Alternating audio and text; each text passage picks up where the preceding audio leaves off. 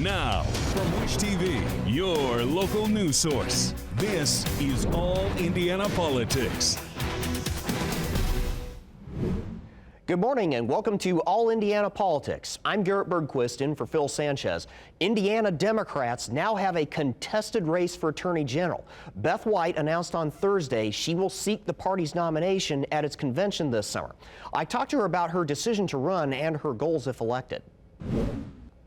Let's bring in Beth White. Beth, welcome to the program. Thank you. Good to be with you. So why are you running for Attorney General? Yeah, I am motivated to enter this race because I believe the people of Indiana deserve an Attorney General who is thinking about them, what they need, what their needs are. The Attorney General, of course, is the highest lawyer in the state, highest law enforcement officer of the state. And I believe that the current Attorney General has lost his way in the focus. I have more than 30 years experience as a lawyer. I have spent almost all of that time in the public sector, the not-for-profit sector, thinking about vulnerable people, thinking about children, victims of crime, thinking about voters. I spent 8 years as the clerk of Marion County. I love that work because it really was focused on making sure people could engage with their government. And it was a great privilege to serve. And when I was done with that in 2014, I ran for Secretary of State, and I really wanted to continue working the advocacy and other interests that I had been working toward for the people of Indiana. That didn't work out. So in the last 6 or 8 years, I've been doing other things, including serving Mayor Hogsett and then now running the Indiana Coalition to End Sexual Assault and Human Trafficking. What I know about the state of Indiana is it's full of really good people, and those good people deserve a government that is serving them. You've said your priorities include going after sex traffickers and child predators. In practice, how would you do that? I fear that currently our Attorney General is not as collaborative as he needs to be in order to serve the people of Indiana. So collaboration with other organizations at every level of government, making sure that people are educated. Parents are the first line of defense to protect our children. I am a parent, and I know so many people whose children could be vulnerable. And they're vulnerable because their parents really don't know and understand how social media is working. What are the ways in which we can protect our children? And I believe that the Attorney General needs to take a leadership role. I believe the Attorney General needs to be the voice in the state of Indiana for protecting our children, equipping parents, equipping educators, coaches, pastors, band directors. Everyone who interacts with children needs to be equipped to understand what's at risk and how to help children. And I am somewhat uniquely situated with my entire experience to be that voice and to step into that leadership role. And I just don't think our current Attorney General is taking that as seriously as he needs to. Would you pursue any enforcement actions against social media companies such as TikTok or Instagram as the current Attorney General has done? I haven't currently taken a position on that. I want to investigate more about how that would work. I believe that other states are kind of tipping a toe in the water of those kinds of enforcement actions. I need to educate myself a little bit better. I have a teenager in my house. He utilizes social media in a way that I don't personally. But what I do know is that the Attorney General needs to equip families and parents to understand how it works. I think there is a place for legal action against some of the media providers, but I also think that there are other things that we can do. And I really feel like filing a lawsuit or joining on to a lawsuit is really just kind of in some ways a cop-out. It is not the silver bullet that we need. In order to protect children, we need to equip parents, coaches, teachers, others to be more involved and to understand better how young people are using social media. You've criticized Indiana's abortion ban, which is facing several lawsuits. The Attorney General's duties include representing the state in legal cases where the state is a party. Would you defend the state's abortion laws in court, absent any changes from state lawmakers? I believe that women and their healthcare providers ought to make decisions about their reproductive rights. I was very active in my current role on behalf of the Indiana Coalition to End Sexual Assault and Human Trafficking in the abortion debate. We fought hard to make sure that there were exceptions for rape and incest. We do have those exceptions that are, in my opinion, not long enough and not a meaningful remedy.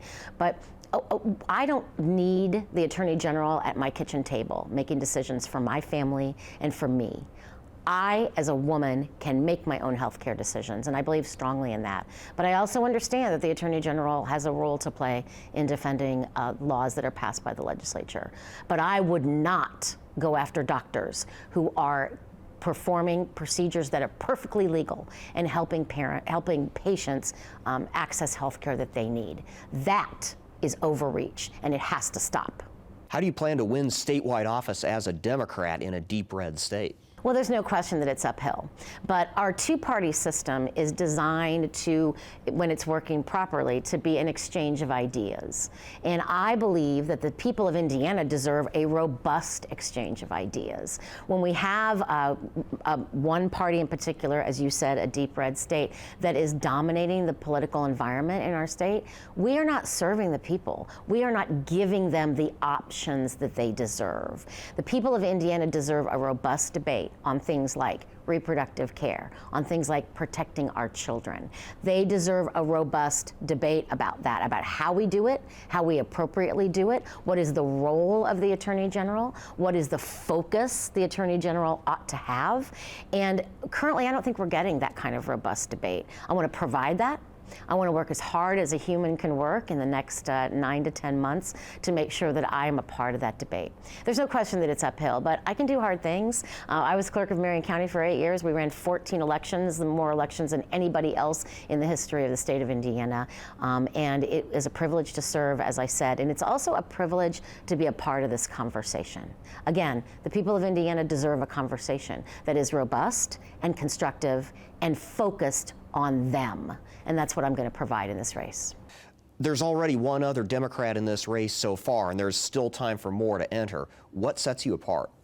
My experience absolutely sets me apart. Again, a robust exchange of ideas is a good thing, and we're going to have that on the Democratic Party side as well. But I am an experienced leader. I have had the opportunity to lead in the elected setting, in the appointed setting through 2 governors and 2 mayors. I was a deputy prosecutor in the courtroom defending the interest of victims. I've spent the last 2 years working on behalf of sexual violence victims. I am ready day one to come into the office and to lead in a way that the people of Indiana deserve. And that is not to say that the other people in this race are not good people with good ideas. They certainly are. But what sets me apart is my experience and my ability to lead. I've done it, and I can do it again. Beth White, thank you for joining us. It's great to be with you. Coming up, a key seat in the Indiana House is up for grabs. We meet one of the hopefuls next. Welcome back. Democrats this year hope to flip a state House seat in Hamilton County. Longtime Republican Representative Jerry Torr is leaving the legislature after 28 years. His seat covers portions of Carmel and Westfield. Democrat Matt McNally will make another attempt to flip that seat. He lost to Torr last year. Our Phil Sanchez recently talked with McNally about his decision to run.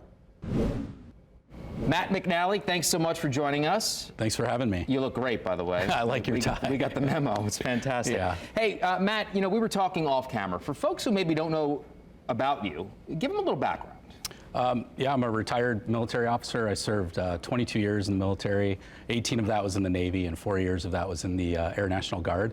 And I retired last June.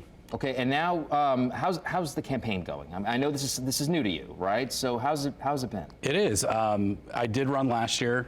Got into the race late, but the support was phenomenal from the beginning.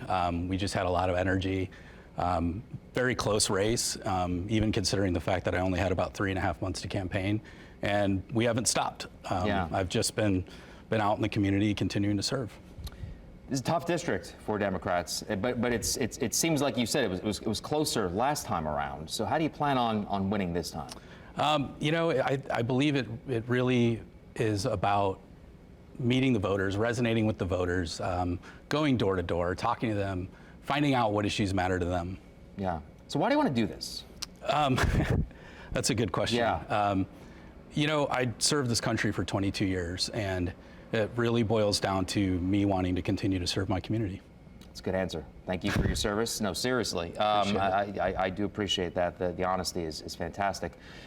So when you look at from a greater perspective, or even from a smaller perspective from your community, what are some of the issues that resonate with you and that you think you can be good at? So, me personally, veterans issues in the state.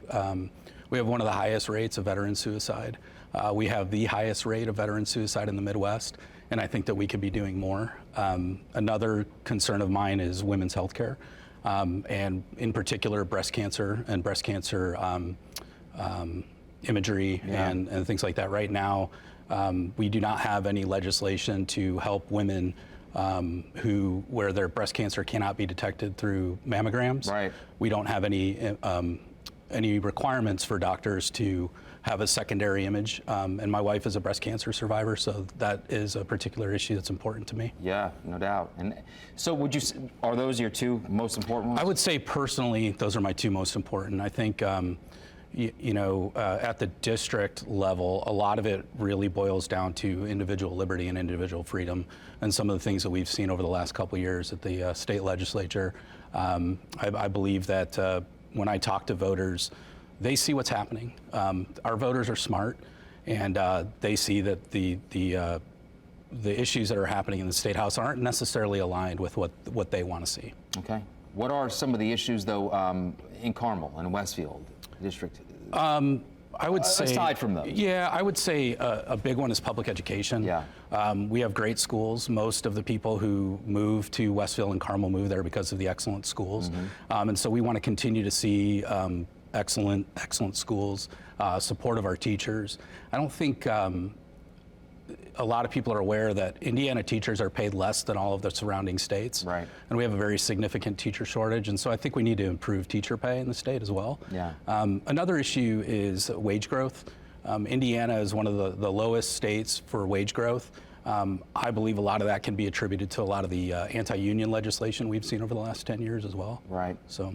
I know you have a young family, so what do they have to say about all this? It's they're excited. My daughter is 15 years old, and I think she understands fully that I'm really doing this for her future in the state of Indiana. I want, just like most Hoosier parents want, to see their kids come back, to see their kids graduate college, return to Indiana, and we're seeing some of the effects of children graduating, moving on, and we need to create an environment, create a state where our kids want to come back, and they can come back, and they have the opportunity to come back. I have about 30 seconds left. What do you want the voters and the viewers to know more? Maybe something you haven't said yet. I really just want to continue to serve. I really believe that one of the important things of being a legislator is listening to your constituents and being open and having the willingness to have those conversations with your constituents and working on behalf of them. Matt McNally, thanks so much for joining us. Again, Thanks. Great tie. Thanks for having me. We look forward to having future conversations with you as well. Thanks for being here. I appreciate it. Thank you. Coming up, Indiana's best political team looks ahead to New Hampshire and talks some major developments at the State House. Welcome back to All Indiana Politics as we welcome in two members of Indiana's best political team, Democrat Ariel Brandy and Republican Whitley Yates. Let's begin with Beth White's announcement she will seek the nomination for Attorney General. Ariel, this gives Democrats two candidates with some level of name recognition. How would you rate her and Destiny Wells' chances at the state party convention this summer? I think it's going to make for a very exciting convention for us to have two really great, well-qualified candidates that are going to be running for this role. And I also think that it's going to be telling to see where the party lands on this. You have someone like Beth White, who has been around the Democratic Party for a while now. She has some of the older guard contingent of the Democratic Party. And Destiny Wells has been one of the upcoming and rising folks within the party, where she has the support of young people too. So I'm honestly very excited about this, to have two strong women who are going to be running for this role. And I think it's going to make for a great convention for us. And I think Todd Rokita should definitely be on the lookout for a seat. And that leads me into my question for you, Whitley. If Todd Rokita is the nominee, as we think he very likely will be, which of those two candidates poses the bigger threat in November? I think that they equally pose absolutely no threat to the Attorney General at all. It doesn't matter if they have one candidate, two candidates, three candidates more.